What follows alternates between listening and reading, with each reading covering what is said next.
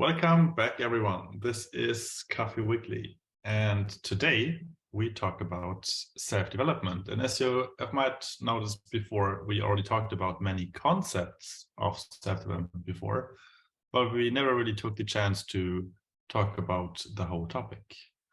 And who's we? I am Otto, and I'm here with Sheldon, the second of the three hosts of this beautiful podcast, and I'm also here with the third one, the third but not the least. It's Hendrik. It's a pleasure to be with you guys. So, what do we have in topic for today, Otto? So I would say self-development in general is maybe a quite well-defined topic. If I try to make a definition up here right now on the spot, it's maybe certain routines, thoughts, ideas, and I don't know, social mechanisms, emotional mechanisms that you can understand, help, and leverage to improve your own situation in life. That can be maybe, yeah, you have bad habits that you want to get rid of, or you want to achieve a goal, but it's kind of hard to achieve and you need some certain skills or I don't know, things that you need to reach goals. Or your relationships towards yourself and others. There are things that can also be improved. Basically, self-development means any like soft skills and probably also hard skills that you want to work on, finding a way to work on these. This is the rough definition. I would say, at least that's what it means for me. And maybe we can start quite easily just by saying, okay, what are the small things we do? What are like our little tricks, or people would say life hacks, to get on going with our lives and improve ourselves a bit every single day? What do you have, guys? All right. So for me, I think maybe if I need to go back a little bit and start thinking of how I started thinking about self-improvement or self-development. And I have this habit of always going back. This is something that I find useful because if you understand the history, you understand why we are doing the things that we are doing. For example, if you think about countries and you know that in 2022 we are having a war, and if you understand history, you understand a little bit better why these people are fighting. And this is the same with us. Like the behaviors we have right now, they are constructed over your life, and then so for me, self-development starts with the self-awareness, understanding your status quo, meaning why you are doing the things that you're doing. And sometimes you want to stay the way that you are, and sometimes you want to improve. And when you start separating these two things, it's one way of dealing with self-development. And myself, I like to do some research, and if you start easy, I think the easiest way to start this journey of learning how to self-develop. A lot of people go to YouTube and you find videos from like very, very big channels. Like a lot of people talk about self-development on YouTube. For example, Matt Diavela and Thomas Frank and Nathaniel Drew. Like there are plenty of YouTubers talking about that. And if you start if you start searching, recommendations from YouTube are going to be more and more. And when I think about books as well, for the people that are more text readers, I think about Atomic Habits, and this book is present all the time on this podcast because is like one of the most important books of the current days. There's also like a very known book which is called The 7 Habits of the Highly Performant People, or something like this, or The 7 Habits for short. And I think this has a very good framework as well for self-development. That a lot of people use this framework to define some strategies and things for their day-to-day lives. And myself as well, I did some therapy in the past. Now I have a break on the therapy. The therapy also helps you with self-development, because it makes you think about yourself and identify things that you want to improve. But the idea, if you can summarize everything with just small progresses every day and thinking about progression over perfection. So I'm not perfect today. I have something to improve. I think the three of us also work in the tech industry, and we do Agile. And there is this ceremony in Agile, which is the retrospective, where you look at the previous period where you delivered something, and you discuss why you why you delivered it, why you didn't. Some other industries have this thing called the post-mortem, which is also another idea of looking back and understanding things to improve. So I think that for me, when I think about self-improvement and self-development, those are the things that I think about. And I think I talked too much, so I'm gonna ask Hendrik to talk a little bit, and then I'll come back to the question also auto-asked. Nice, thank you. So I like the topic a lot. It's a very cool choice that we have for today. I think I actively started dealing with self-improvement in my early 20s. And I subconsciously started doing it like as a teenager, like in my mid-teens. When I was doing sports, I had to do a lot with it, because self-improvement also means working on your hard skills, as Otto told, and also on the soft skills, of course. And during sports, we had to do that a lot. And what sticks out to me there in this area, what really helps me is, on the one side, consuming content. And I'm very glad that we have so much good content out there nowadays, like for whatever format you like. If you want to watch visual, then there is a lot of YouTube channels. I think of Fight Mediocrity is a channel that I used to watch a lot, or Improvement Pill. And they have good summaries of books. They have nice animations. So it's very pleasing content to consume. There are podcasts if you prefer listening. There are a lot of amazing books nowadays. So it's a very good time to be in if you're interested in this topic. And something that sticks out personally a lot with me is reviewing what you did, and especially video reviews. So we did that, for example, in sports. I do it when gaming. I watch my own replays. I record myself. And like, that's probably my secret tip, like for self-improvement, is watch how you have been performing. Like, ask someone to make a video of you, or take it yourself, and then just take the time and watch through it. Don't skip through it, maybe skip a little bit, but you will see a lot of things that you didn't think of before. So really taking time to recap and taking a step out from another perspective is a very, very good way to gain insights on what you did, and yeah, what the results were and why they were the way they like. Otto. I already love this episode now, because there's quite some tips that we can take away from this. I'm just seeing that each one of us is very different, and we all have our own things to work on. Therefore, we have different mechanisms to work on those things. And one thing I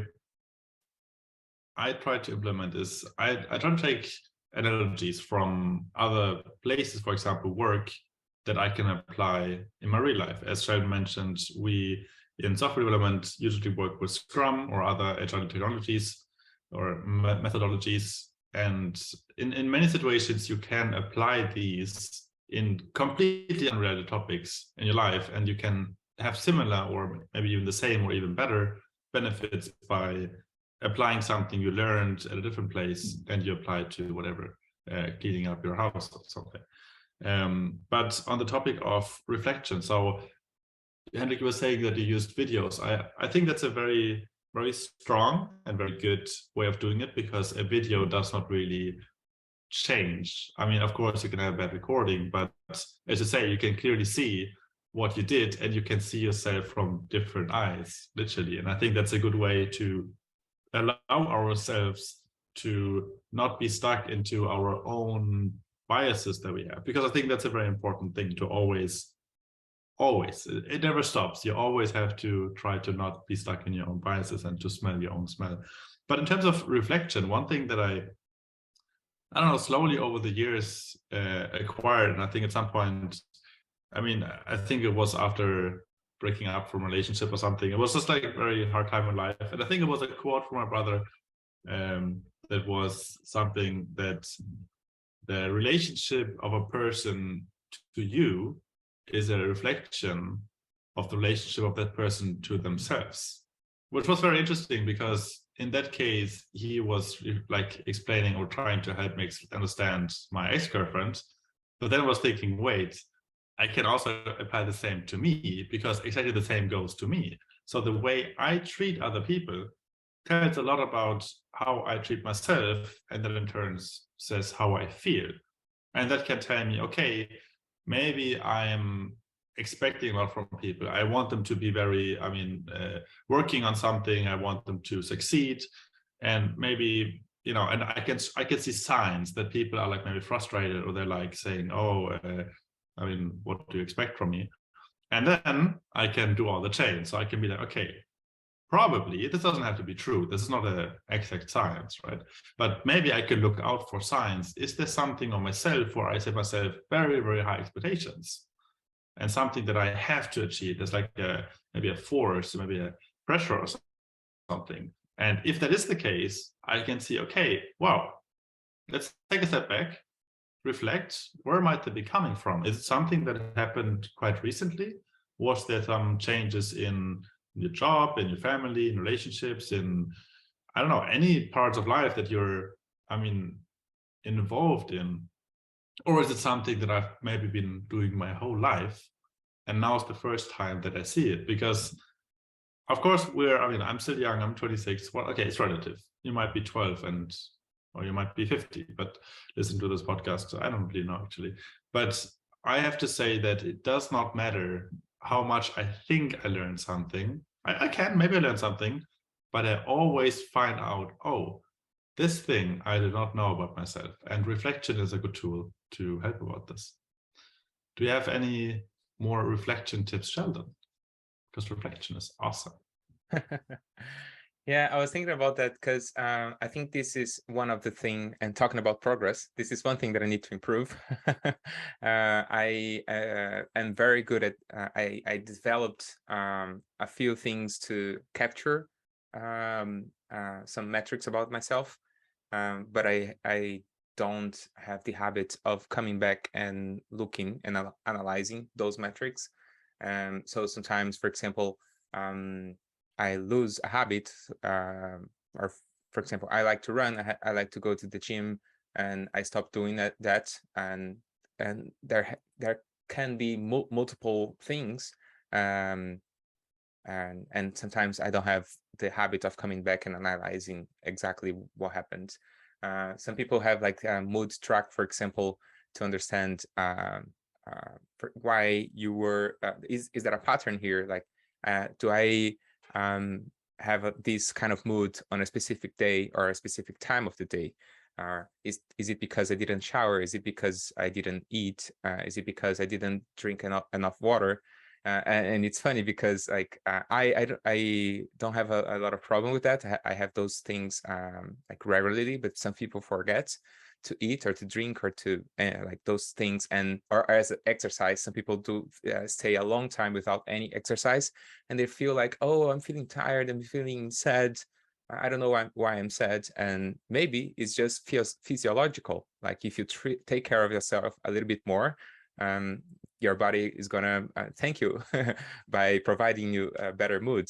But yeah, I don't have any other specific things. What Hendrik said about recording yourself, I have this with my running, which is the sport that I take a little bit more serious, not too much, but I use so even with running there are several techniques, and over the past couple of years I'm using this technique called the pose method. And if you want to search, it's just posemethod.com or something like this, where you yeah, I'm not going to explain, but basically search it. And in order to do that, you have to practice, and sometimes you have to record yourself to see like what you want to like. What's the position of your shoulder, the position of your core and stuff like that. So yeah, I think the habit of looking back is very important.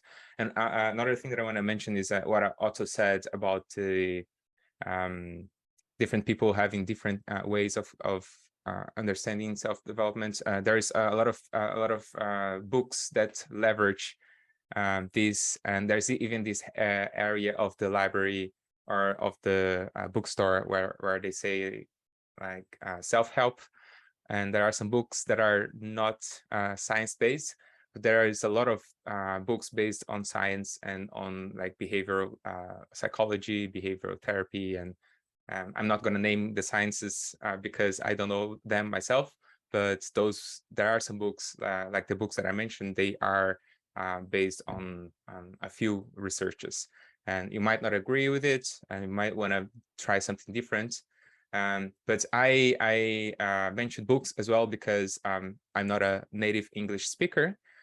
So when I was starting to consume this content, I was looking for content on my native language, and I wanted more because it was something interesting. So, and I leveraged the fact that I was learning English at the time, and I started reading some articles in English to practice my own reading.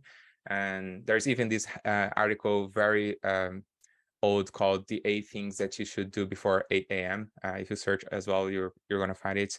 And I started realizing that there are some things that are like common advice. So I was like, I want to go to the source, and then I found a few sources. So that's why I mentioned some of those books, because people that talk about self-improvement, sometimes they rely their own opinions on those books as well. And yeah, I think that it's nice, and it's a privilege to know the language that is one of the most spoken languages in the world, to go back to really understand things. So yeah, just I feel sense on that. I think I mean, I see some patterns, which is always combining the dots. So as you were saying, you were reading up on topics, and we are reading up that in another language. And also for Henrik and me, with the reflection, we combine observations, and we try to combine with changes or reactions. So then we have kind of a flow of information, and then if we repeat that, you know, we have the input from a video, we see something that we did not, and then of course that will trigger something in us. It will be like, oh, I should probably change that, and this will probably like strengthen the likelihood that we actually do something about it. So that's a very nice thing. And one thing, or go ahead. Yeah, you just mentioned something about the improvement, and both Hendrik and I mentioned sports, and it's interesting that if you find a lot of people talking about self-improvement, they have a background in sports. And even the term coach, like people are now a life coach, but the term coach started in sports. Like people are like a basket coach or a baseball coach or whatever, and they understood that those things that they were teaching these sport people, like consistency, you have to show up every day, and you have to improve, you have to record yourself to see like, oh, you do this technique a little bit better. They understood that those things can also be transferred to life. And so one more reason for you to practice a sport is because sometimes the mindset that you have on your sport, you can have the same mindset for life. And if you improve 1% every day, there is like this graphic where it's like exponential. And this graphic is also present on the Atomic Habits book, but you can search it on Google and find an image, and you'll see how far you can improve just by like a little bit every day, because it's compounding. And yeah, this idea of like finances as well, like compounding interest, you can compound your good habits as well. Nice. Okay, let me pick up from here. So while Otto is more on the conceptual side of things, I feel like I'm a little bit more concrete today. And actually what Sheldon said was super interesting. 8 things to do before 8 a.m. I Googled it and I found something on benjaminhardy.com, and I just want to read it out because I think it was interesting. So the first is get a healthy 7 hours of sleep. Second is prayer and meditation. Third would be hard physical activity, so some workout. Then 4, consume 30 grams of protein. Take a cold shower is 5. 6 is listen or read uplifting content. I like that. Put yourself in a good mood. And review your life vision is number 7. So thinking about long-term stuff.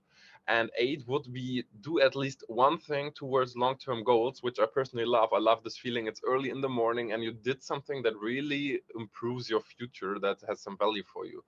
And starting with that, I want to come to my closing thoughts already, I think.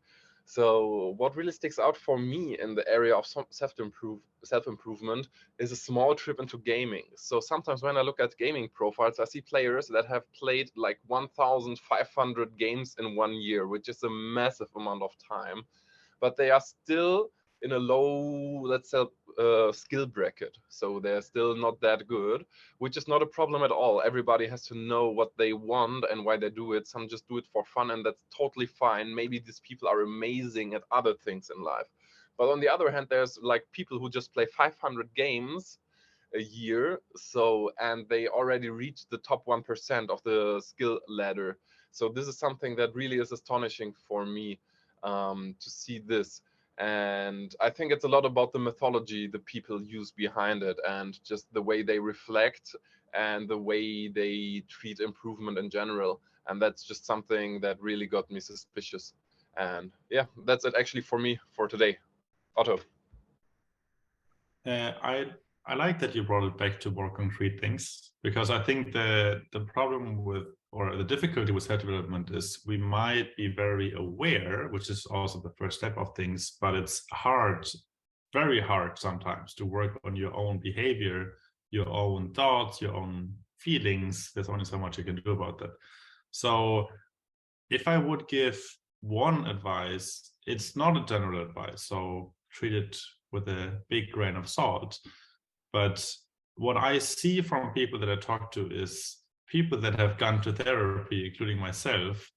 This is, I mean, I have to say, the best investment of money by far of everything I ever paid. I mean, I would have probably paid 5 times as much as well, and I would still done it. The thing is that the experience itself is also very nice. Second of all, you get to solve a concrete problem that's probably very big that you should have thought about for a long time. And there's a high likelihood you're going to have a problem. And third time, the just knowing that your mind can be so simply understood by someone. Literally, you go in a session 1 or 2. I mean, I'm not advising that everyone should be going, but I'm just saying it can be very good if you're curious or have something you want to talk about. But a person just tells you in one sentence, like why you're doing things the way you are and how they affect you and what the circle is that you spiral into. And just hearing that sentence, you're like, oh, wow, how can I have run around my whole life, not just seeing the very obvious in my face? So that is one tip. It doesn't have to be the right one, but in my experience, I can say it is the major player in self-development. Heading over to Sheldon. Nice. Yeah, and thanks a lot for closing up on the mental health part. I wanted to do that as well. But before that, I want to mention, actually, it's like 2 topics together. So a lot of people, mental health clicks differently. And I advise everybody to go at least to understand a bit better your mind. For example, I didn't have any like acute problems to treat, but I want to understand myself. It was really nice. And I also understand that for me, learning about philosophies really helped me. And also like this journey of self-improvement, there's a lot of content to understand. And one philosophy that I really like, and I take it for life and I try to implement it, is Stoicism. And there's a lot of things to talk about Stoicism, but I'm going to keep it very short with one of the tips from Stoicism stoicism, which is like understand the things that you can control and the things that you cannot control, and act on the things that you can control. Like the weather is bad, you cannot control it, but you can control if you have an umbrella or a coat, a raincoat. And also this is mentioned on the book, The 7 Habits. I think it's act on your circle of influence. So it's a different terminology, but the idea is the same. I want to say as well, be kind to yourself, because if you look for self-improvement, there's a lot of people that want to push hard. And I totally get it. Sometimes of your life, you really want to push hard, but you have to always think, am I being too hard on myself? I'm being too self-critical. Would I say to someone else what I'm saying to myself? Like maybe you're cursing yourself, but you wouldn't curse a stranger on the street. And if you do that, please change, because we shouldn't curse other people on the streets. So be kind to yourself. And yeah, I think that's it. Any other final words?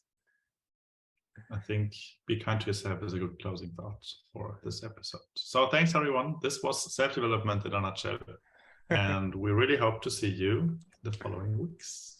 Until then, take care. Bye, guys. Bye. Bye-bye.